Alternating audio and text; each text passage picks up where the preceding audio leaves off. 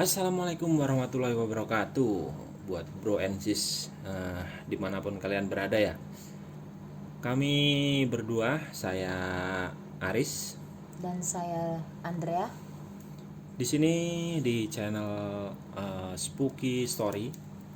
Kami akan menceritakan hal-hal yang berbau horor, berbau seram, berdasarkan dari Kisah-kisah nyata.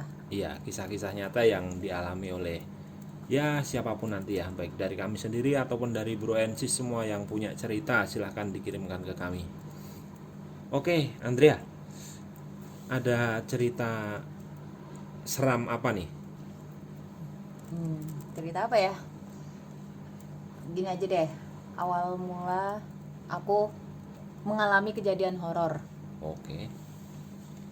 Ya, waktu itu aku di Medan tinggal sama papa.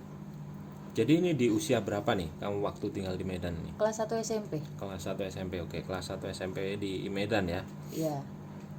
Jadi aku tuh tinggal sama papa dan di rumah nenekku.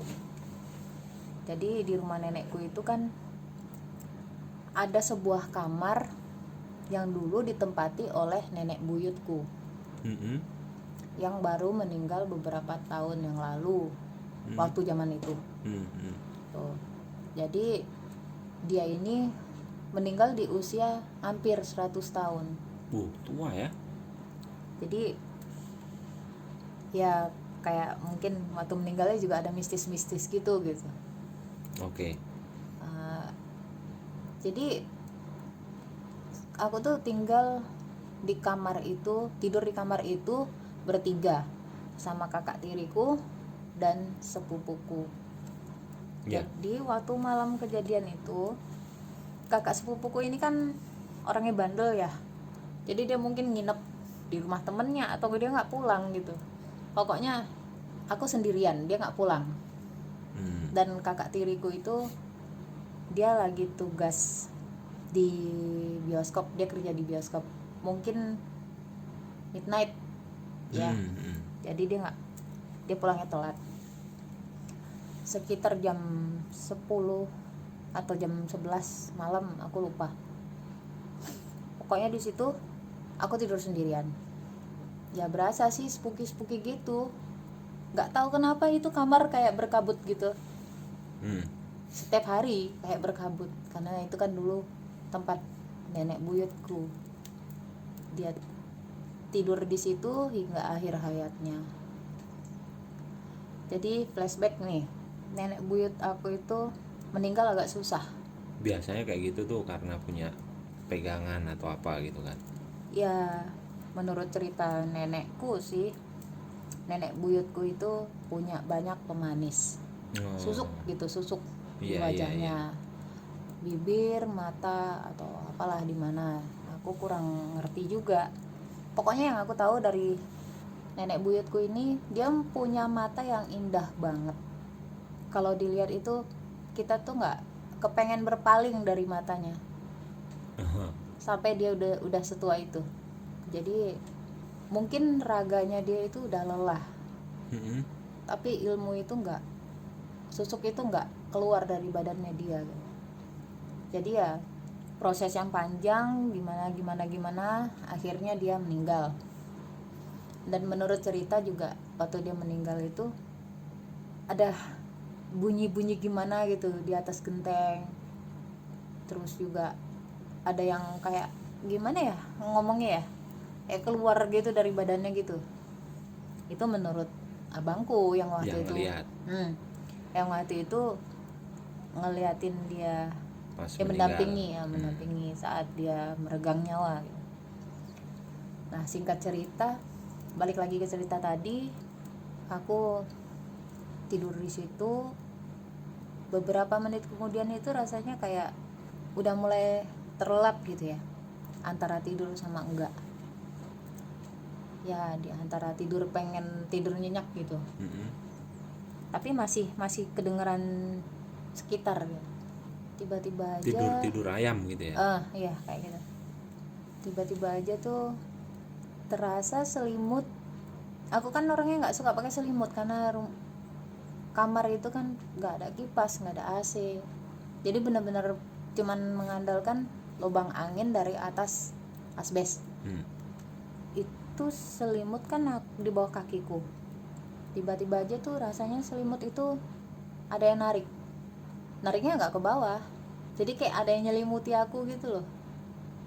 Oh, Jadi itu jalan pelan-pelan sampai dari kaki ke sebatas pinggang, dan aku itu sadar kalau ada yang nyelimutin. kalau ada yang selimutin. Aku buka mata, ngelihat itu selimut sudah sebatas pinggang, sudah menutupi kaki lah sampai sebatas pinggang. Itu rasa takut minta ampun, nggak bisa dijelaskan kayak apa. Benar-benar rasanya itu kayak hantu nih gitu, kayak nih siapa nih yang ngerjain atau apa. Pokoknya kita tahu itu hantu, cuman kok begini gitu ya, kok nekat sampai nyata begini gitu. Jadi udah sadar kalau itu tuh hantu gitu, bukan orang yang nyelimutin kamu gitu. Ya nggak ada orang di kamar itu, Iya, jadinya iya. siapa lagi kalau bukan dia. Itu bener-bener panas dingin rasanya, menggigil. Itu pengen lari, kepengen banget lari, tapi badan nggak sanggup lari, alias pasrah aja di atas tempat tidur. Terus tiba-tiba itu dari belakang itu seperti ada badan, kan itu tempat tidur itu hanya untuk single bed nih kan, buat Iya. sendirian.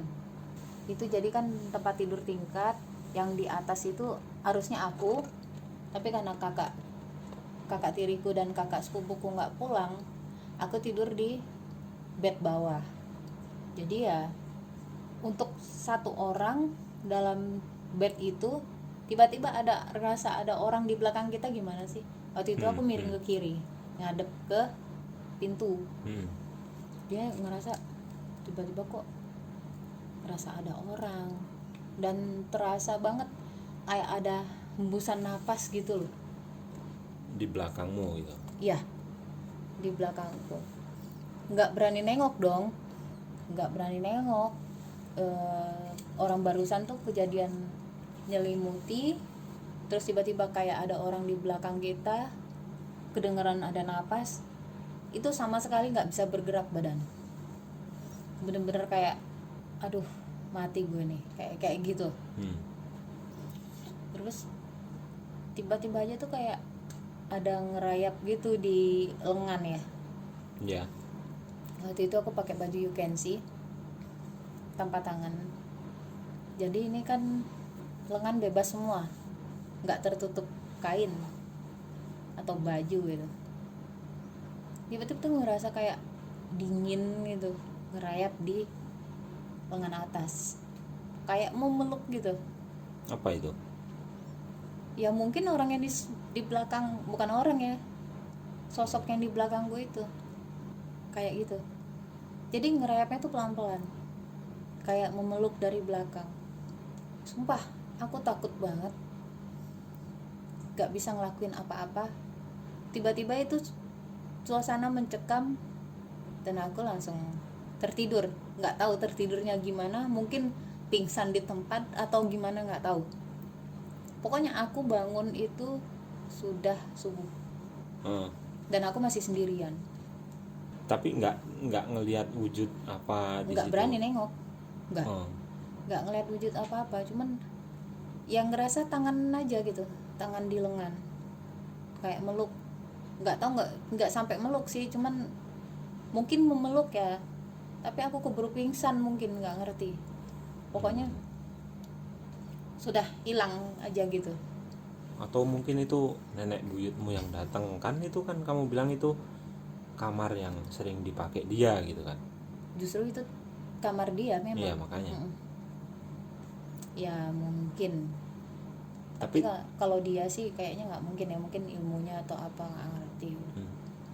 Tapi kejadian itu hanya sekali atau berlanjut? Sekali. Nah aku tuh bangun subuh aku bangun itu, aku keringet dingin, kayak nggak ada kejadian apa-apa tuh. Aku ke belakang, ke arah dapur dan ke kamar mandi. Ke arah dapur minum, terus ke kamar mandi mau wudhu kan itu waktu itu. Nah begitu aku wudhu itu, aku ngelihat sosok hitam besar. Jadi di kamar mandi, area kamar mandi itu kayak ada tembok atas memisahkan antara kamar mandi sama WC. Jadi di tembok itulah kayak sosok hitam itu duduk di sana. Duduk di atas tembok. Mm-mm. Tingginya berapa tuh temboknya? Lumayan tinggi ya, kayak jadi ada di atas gitu ya. Mm-mm. Lumayan tinggi karena dia pemisah antara kamar mandi sama WC. Tapi perwujudannya hanya sosok hitam gitu, nggak kelihatan wujudnya seperti apa. Enggak, Pria atau wujud wanita. tapi kayaknya pria, cuman ya tapi gede gitu, hitam. Aku ngambil wudhu tuh apa ya, kayak takut tapi berusaha untuk biasa aja gitu. Maksudnya ya pasti baca-baca lah gitu, takut tapi gue harus nuntasin wudhu gue sampai selesai. Itu seperti dia itu monitor kita gitu, ngeliatin terus. Udah selesai wudhu tuh nggak pakai doa, langsung kabur kembali ke kamar. Terus ngambil mukena, terus aku tuh sholat di ruang tamu gitu. Nggak berani lagi masuk kamar atau ke kamar mandi, itu nggak berani. Jadi sosok itu tuh nungguin kamu wudhu gitu? Iya, itu subuh itu, pas azan subuh. Soalnya waktu kejadian aku habis dipeluk itu kan aku ketiduran, nggak ngerti ketiduran apa pingsan, mungkin pingsan aku rasa sih aku pingsan, soalnya aku langsung nggak sadarkan diri gitu. Tapi waktu itu kan usiamu masih SMP ya. Ditungguin wudhu, ditungguin sosok hitam itu, apa yang kamu pikirkan? Kok kamu nggak lari? Enggak. Kok kamu nggak teriak? Nggak ada rasa takut dengan sosok itu? Takut, aku takut. Tapi kamu tetap wudhu. Pikiranku cuman waktu itu tuh cuman gini, wudhu udah setengah jalan nih, sayang banget kalau nggak diselesain gitu. Cuman itu aja. Tapi tetap di dalam hati astagfirullah gitu. Pokoknya mencoba untuk menguatin hati sendiri biar nggak takut gitu ya. Biar nggak takut. Jadi aku udah habis wudhu tuh langsung ngacir aja, udah ngambil di kamar juga, ngambil mukena tuh cep gitu, udah langsung. Tapi sosok itu tuh sama dengan yang datang malamnya atau Oh, kalau malamnya nggak tahu. Malam itu bener-bener aku nggak berani nengok ke belakang. Jadi nggak tahu apakah itu kejadian yang berhubungan atau enggak gitu ya? Enggak. Jadi semenjak saat itu, kejadian itu, aku seperti kayak sering diawasi sama sosok-sosok yang tak kasat mata. Sejak kejadian terlihat atau hanya perasaan? Sometimes sih terlihat ya. Sometimes terlihat, kadang-kadang cuman perasaan. Tapi kalau dibilang berapa sering sih lu bisa ngelihat kayak gitu ya cukup sering. Jadi itu awal mula kamu ya, kalau kayak gitu bisa dibilang awal mula kamu bisa melihat, merasakan yang tak kasat mata gitu ya. Tepatnya lebih peka ya. Lebih peka aja, kayak gitu aja. Yang lucunya cuman kejadian seperti itu, diselimutin terus dipeluk dari belakang, nggak sadarkan diri. Habis itu ya yang pertama kali yang aku lihat sosok itu ya sosok hitam yang duduk di pembatas WC itu. Udah, kalau sampai saat ini ya, saat ini kan berarti udah lama ya, dari di Medan sampai saat ini, itu sosok apa saja yang pernah kamu lihat tuh? Macem-macem.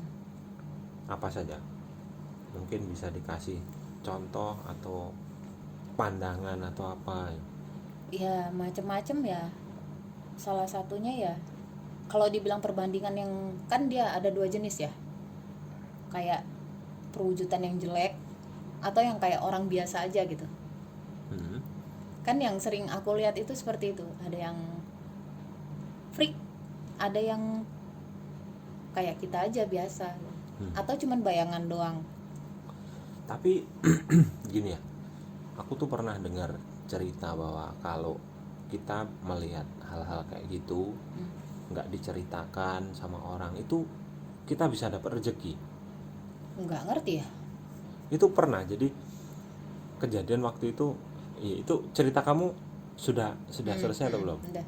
Nah, kalau cerita kamu sudah selesai, ini waktu aku pernah kejadian. Jadi waktu itu aku masih kecil, mungkin masih SD ya, masih SD. Aku pergi sama bapakku sama satu orang, itu siapa lupa namanya, waktu tinggal di Jogja. Jadi aku tuh malam-malam tuh mau ngambil meja sama kursi dari kios, Untuk karena keluarga aku tuh punya kios tadinya. Nah, kios itu sudah tutup. Akhirnya meja sama kursinya diambil, cuman ngambilnya kebetulan waktu itu malam-malam. Ya, meja itu diambil buat dibawa pulang gitu. Oh iya. dibawa pulang. Jadi dibawa pulang ya sekitar mungkin jam 6, jam 7-an malam lah. Nah, kami tuh karena itu ngambil meja kan bawa mobil pickup Kijang dulu itu, Kijang kotak gitu, Kijang kotak. Nah, meja sama kursi ditaruh di belakang. Terus? Kemudian bapak sama sopir itu ada di depan. Aku lupa namanya dulu itu siapa ya yang nyupirin itu ya, tapi masih tetangga gitulah, duduk di depan, sedangkan aku itu duduk di belakang. Aku duduk di belakang Di dekat kursi sama meja di itu. kursi. Aku di duduk kursi di itu. kursi di belakang. Duduk di kursi di Jadi belakang. jadi terbuka gitu ya. Terbuka karena Pickup. pickup. Jadi aku duduk di belakang. Kita jalan pulang. Nah, daerahku itu kan di daerah Godean, Margotadi. Itu rumahku itu di namanya tuh Dusun Jelegongan.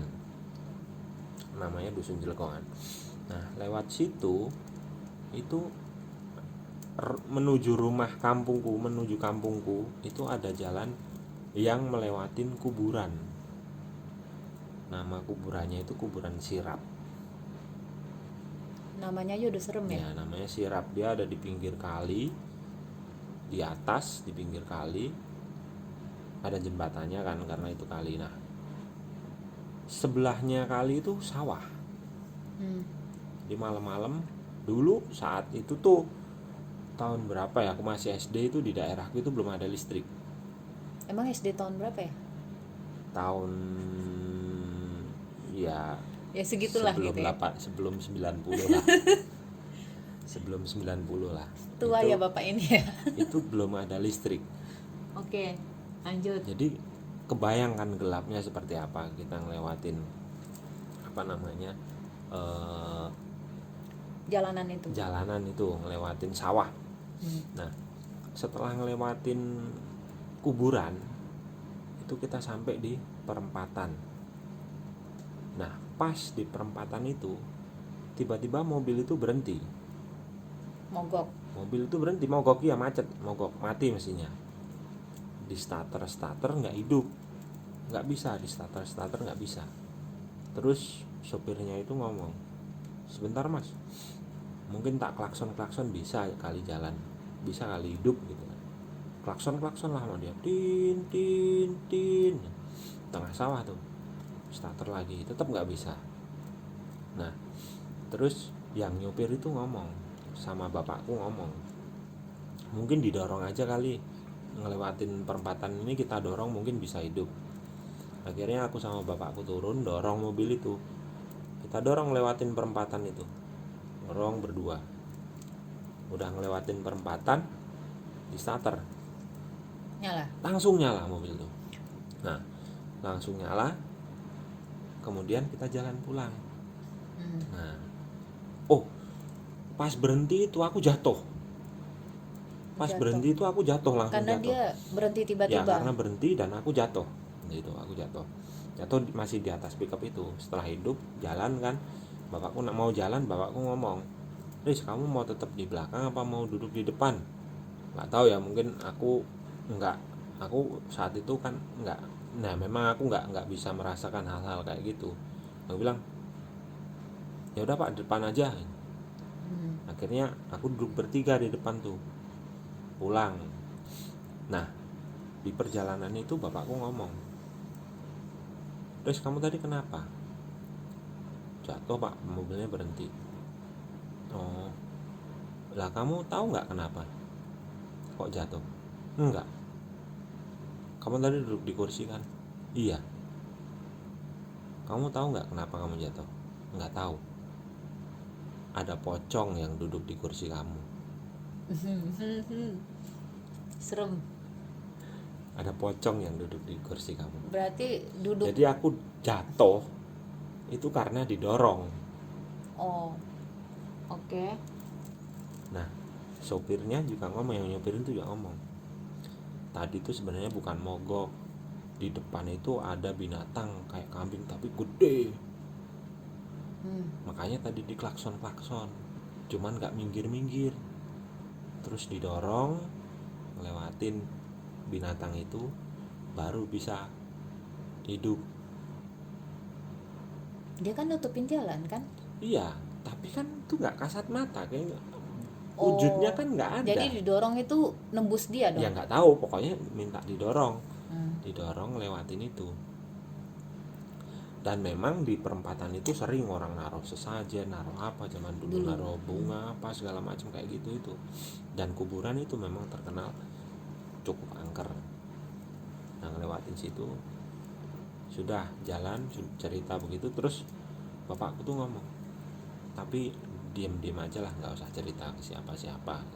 Oh ya, nah apa berkaitan dengan pertanyaanku rezeki tadi ya. Dulu itu kan masih zamannya togel, yang zaman dulu itu apa sih namanya, bukan togel, pokoknya yang undian berhadiah, nomor berhadiah gitu tapi resmi. Dulu ada kan? Resmi? Iya, dulu ada dulu. Oh, nggak tahu. Dulu ada, zaman segitu ada. Nah, nggak berapa lama, selang 2 minggu atau 3 minggu, bapakku itu dapat, zaman segitu dapat 1,5 juta tahun 8, sebelum tahun 90, dapat 1,5 juta. Gede juga ya. Iya, makanya aku nanya apakah bener, karena saat itu kita nggak cerita ya udah. Tapi mitos itu juga sih, aku tadi kan bilang nggak tahu ya. Tapi aku baru inget nih, ada yang ngomong sih seperti itu gitu. Ngomong, nggak usah ngomong, bukan ngomong ya, kalau misalnya ketemu gitu loh, ketemu, kitanya ketemu terus kita nggak ngomong ke orang lain gitu. Ya mungkin sama kayaknya kan bapakmu juga gitu kan, karena dia yang ketemu gitu. Ya yang ketemu kita mereka berdua, aku sih nggak ngerasain mereka berdua yang ketemu gitu. Tapi ya aku pernah juga sih sekilas sih ingat gitu ya masalah itu. Jadi kalau misalnya ketemu nggak ngomong terus katanya dapat rezeki, tapi katanya sih ya orang-orang khusus yang ditemui itu bakalan dapat rezeki gitu. Tapi selama ini sih aku biasa aja sih, nggak gitu. Nah, mungkin ketika kamu ketemu, kamu melihat, kamu langsung cerita ke orang. Nggak juga Ya. Banyak yang aku nggak cerita gitu. Waktu kejadian itu, waktu pertama kali kejadian horor yang aku alami itu, sama sekali aku nggak cerita sama siapa-siapa, karena untuk bercerita itu aku takut. Maklum, pengalaman pertama itu bener-bener takut, ngerasa kalau gue cerita nanti dia datang lagi gitu. Jadi sama sekali nggak cerita sama siapa-siapa. Ya itu berarti apa namanya, kejadian-kejadian itu tuh ya mungkin kadang ada yang membawa rezeki buat orang-orang tertentu, kadang juga ya hanya kejadian biasa yang menyeramkan buat orang-orang yang biasa juga gitu. Bisa jadi. Terus apalagi yang bisa diceritakan Next kali ya, di podcast berikutnya akan diceritakan. Oke, bisa kasih clue nggak biar yang mendengarkan ini mungkin tertarik untuk mendengarkan lagi cerita tentang apa? Mungkin kuburan Jalan Halat kali. Kuburan Jalan Halat masih di Medan juga? Masih. Jadi Oke, masih di Medan juga. rencanaku sih aku pengen menceritakan dari awal mula sampai detik ini. Oke, aku juga punya beberapa cerita-cerita yang ada yang menyeramkan, ada yang menyeramkan tapi lucu, yang mungkin bisa sedikit aku ceritakan di next podcast ya. Jadi jangan lupa buat bro and sis yang mau mendengarkan cerita-cerita kita, ya mungkin bisa subscribe channel Spooky Story, bisa memberikan like serta menyalakan lonceng notifikasi ya, biar tahu update dari channel Spooky Story ini.